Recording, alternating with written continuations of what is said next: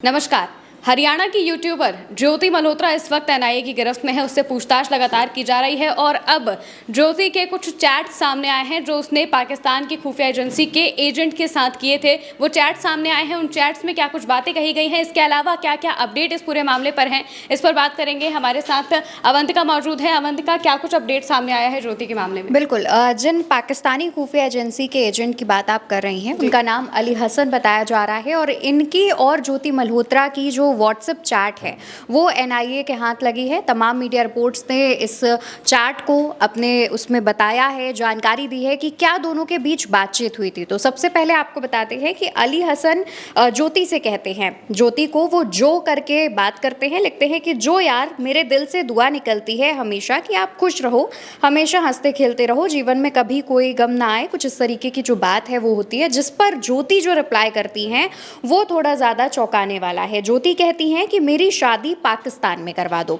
तो ज्योति के इस रिस्पॉन्स से ये पता चलता है कि ज्योति सिर्फ पाकिस्तान से जुड़े व्लॉग्स में ही पाकिस्तान की तारीफ नहीं करती थी, बल्कि पाकिस्तान से कहीं ना कहीं इमोशनली कनेक्टेड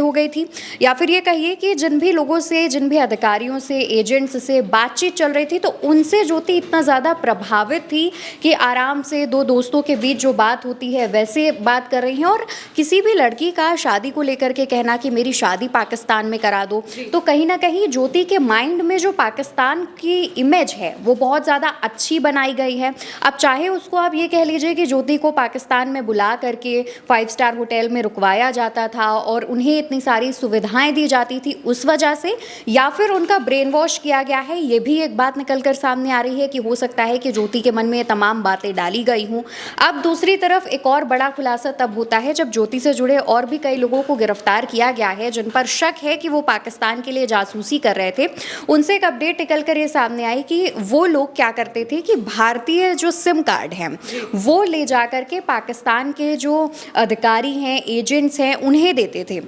जो पाकिस्तानी एम्बेसी न्यू दिल्ली में है उन तक पहुंचाते थे और उन सिम कार्ड का यूज़ करके जो पाकिस्तान के एजेंट्स हैं वो इन लोगों को फंसाते थे, जो भारतीय यूट्यूबर्स हैं या फिर जो भारत के लोग हैं जो ईजिली कन्विंस्ड हो जाते थे। अब इनमें एक और जो एक नई चीज़ निकल कर सामने आई है, बताया जा रहा है कि जो लोग पाकिस्तान के लिए वीज़ा अप्लाई करने जाते थे वो आईएसआई का एक सॉफ्ट टारगेट होते थे, क्योंकि अब आप जब पाकिस्तान के वीज़ा के लिए जाएंगे या किसी भी चीज़ के वीज़ा के लिए, किसी भी देश के वीज़ा के लिए जाएंगे तो जाहिर तौर पर पासपोर्ट और अपनी तमाम जानकारियां लेकर जाएंगे। उसमें आपकी फैमिली से रिलेटेड भी जानकारी पता चलेगी, माँ बाप और फैमिली का बैकग्राउंड क्या है, तमाम चीज़ें। तो वो सॉफ्ट टारगेट को टारगेट किया जाता था, उन लोगों को निशाना बनाया जाता था और उनके साथ इस तरीके से बातचीत करके उनका माइंड वॉश किया जाता था और फिर पाकिस्तान की एक पॉजिटिव इमेज दिखाने की जो कोशिश है वो करवाई जाती थी। अब ट्रैवल विद जो जब सुर्खियों में आई, उनके अकाउंट्स को खंगाले गए, पता चला कि उनके 4 बैंक अकाउंट्स हैं।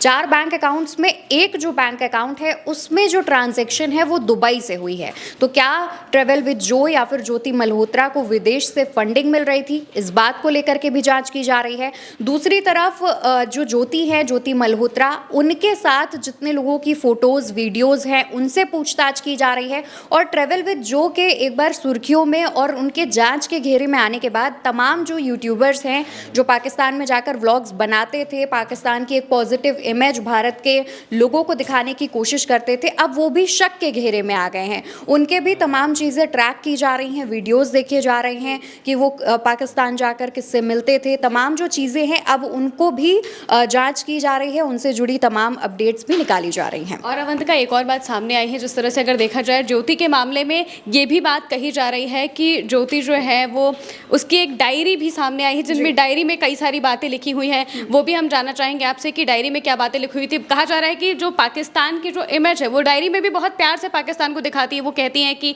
मुझसे मेरा मन नहीं भर रहा था, वाकई वहाँ के लोग इतने अच्छे थे कि मैं कुछ कह नहीं सकती ऐसी। जी, उनकी डायरी जैसा कि आपने जिक्र किया, उसके 2-3 पन्ने जो हैं वो भी सोशल मीडिया पर तेज़ी से वायरल हो रहे हैं। उसमें ज्योति जो है, अगर आप उनकी लैंग्वेज पर ध्यान देंगे तो काफ़ी अच्छे अच्छे उर्दू शब्दों का इस्तेमाल कर रही हैं। तो सबसे पहले जो एनआईए जांच कर रही है, है, जो भी जांच एजेंसियां हैं, वो ये कह रही है कि उनका ये कहना है कि ज्योति उर्दू भी सीखने लगी थी और उसमें काफ़ी अच्छी होने की कोशिश कर रही थी। उर्दू के कई शब्दों का उसमें इस्तेमाल किया गया है। हालांकि इसके अलावा उसमें पाकिस्तान की तारीफ की गई है कि पाकिस्तान काफ़ी कलरफुल है। पाकिस्तान के प्रधानमंत्री को लेकर के बातें लिखी गई हैं कि ज्योति ने लिखा है कि मैं चाहती हूँ कि दोनों देशों के बीच रिश्ते सुधर जाएं और जो भी बंटवारे के समय जो परिवार बिछड़ गए थे वो एक हो जाएं। भारतीय साथ में ये भी लिखती हैं कि पाकिस्तान की जो सरकार है वो वहाँ के जो हिंदू मंदिर है या फिर गुरुद्वारे हैं उनमें थोड़ा और काम करे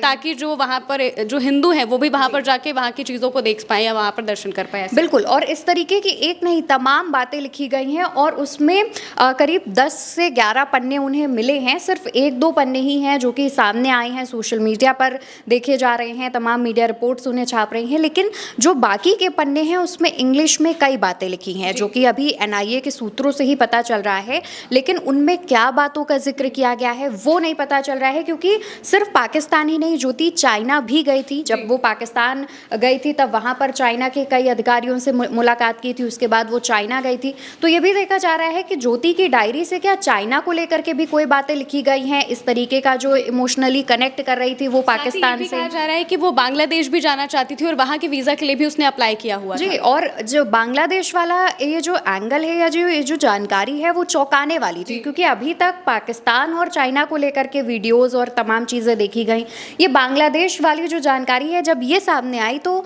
तमाम अधिकारियों ने ये दावा करना शुरू किया, हो सकता है कि बांग्लादेश में भी आईएसआई अपना एक संगठन बनाने की कोशिश कर रहा है, अपनी जो स्लीपर सेल है जी, स्लीपर सेल को एक्टिव करने की कोशिश कर रहा है। तो बांग्लादेश बुला करके ज्योति को ट्रेनिंग दी जा सकती थी या फिर बांग्लादेश बुलाने के बाद ज्योति को स्पेशल ट्रीटमेंट दिया जाता और फिर उनसे और भी तमाम डिमांड्स की जाती कि अब आप ऐसे कीजिए वैसे कीजिए, इस तरीके का। और ज्योति के जो तमाम वीडियोस हैं अगर जिनकी जांच की जा रही है उसमें एक बात और देखी गई है, वो बात यह है कि ज्योति ने जितने भी वीडियोस बनाए हैं वो भारत पाकिस्तान की सीमा से जुड़े अगर हैं तो वहाँ पर वो जानकारी देती थी, वो बताती थी कि यहाँ पर कितने सैनिक हैं, यहाँ पर कितनी सेना तैनात है, और जो भी उसे पता चलता था डिफेंस से रिलेटेड, आर्मी से रिलेटेड, फेंसिंग से रिलेटेड, सब कुछ वो अपने वीडियो में बताती थी। तो ये देखा जा रहा है कि और वो पहलगाम भी गई थी जब पहलगाम में हमला हुआ उससे पहले। तो अब इन दोनों चीज़ों को कनेक्ट करके देखा जा रहा है कि कहीं ऐसा तो नहीं है कि पाकिस्तान की तरफ से ज्योति से रेकी करवाई जा रही हो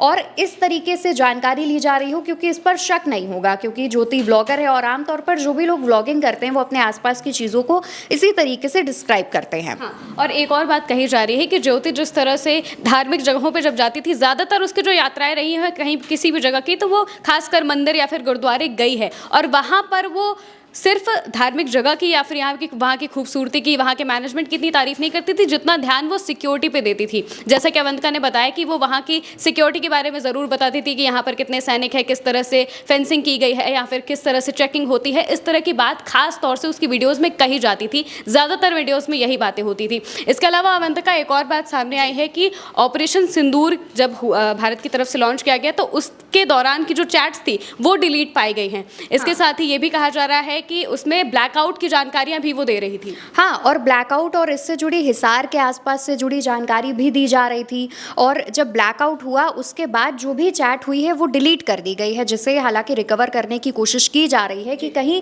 ऐसा तो नहीं है कि ब्लैकआउट के बाद कोई ऐसी जानकारी ज्योति ने दी हो और उसके बाद उसे डिलीट कर दिया गया हो या फिर उधर से कुछ ऐसा बताया गया हो या कहा गया हो। तो ये भी अब कहीं शक के घेरे में है। दूसरी तरफ एक और बात ये भी सामने आई थी कि ज्योति जहाँ जहाँ जा रही थी, जैसे कि उड़ीसा के पुरी गई थी, अमृतसर गई थी, तो वहाँ पर जो जिस तरीके से उसने फ़ोटोज़ ली हैं तो उन फ़ोटोज़ को भी देखा जा रहा है कि क्या फ़ोटोज़ के ज़रिए तो नहीं बताने की कोशिश की जा रही है कि इस तरीके से मंदिर है या फिर इस तरीके से जो गुरुद्वारा है वो है। तो ये भी तमाम जो सवाल है वो पैदा कर रही है। दूसरी तरफ ज्योति से जितने भी लोग जुड़े हुए हैं, एक तरफ उनका परिवार कह रहा है कि उन्हें नहीं पता था कि ऐसा कुछ भी है, और दूसरी तरफ ज्योति के साथ जितने भी लोग जुड़े हुए हैं अब वो भी शक के घेरे में आ गए हैं। हालांकि वो सामने से आ करके कह रहे हैं कि हमें नहीं पता था हम कि ज्योति ने ऐसा कुछ किया है या ऐसा कर सकती है वो, ऐसी तमाम जो बातें हैं वो निकल कर सामने आ रही है। अब इस खबर में या फिर ज्योति से जुड़े जितने भी अपडेट्स आ रहे हैं उन पर सबसे ज़्यादा नज़र जो है भारतीय लोगों की भी बनी हुई है